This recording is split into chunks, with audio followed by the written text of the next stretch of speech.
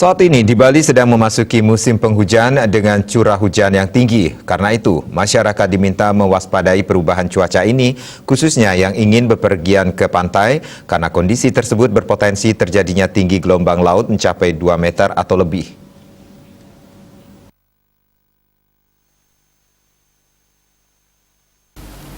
Menurut Putu Agus Dedi Permana, Prakirawan BMKG Wilayah 3 Denpasar, Bali masih berada pada musim hujan dan fenomena bencana hidrometeorologi hujan lebat, angin kencang dan petir masih akan terjadi. Dan masyarakat harus mewaspadai tinggi gelombang laut mencapai 2 meter di perairan utara dan selatan Bali, sehingga disarankan waspada jika berada di pantai saat berlibur.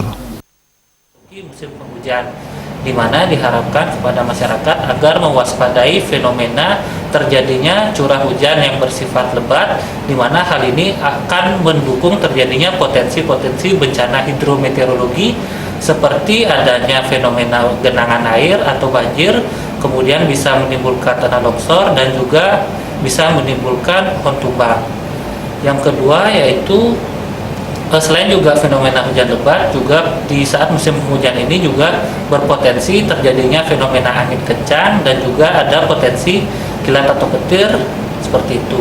Lalu kemudian juga masih berpotensi adanya tinggi gelombang laut yang dapat mencapai 2 meter khususnya di perairan utara dan selatan Bali.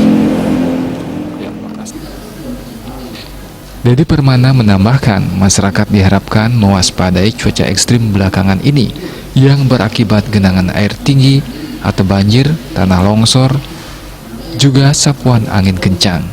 Karena dengan bersikap waspada kemungkinan terburuk bisa diminimalisasi. Agus Sudiatmiko, Bali TV.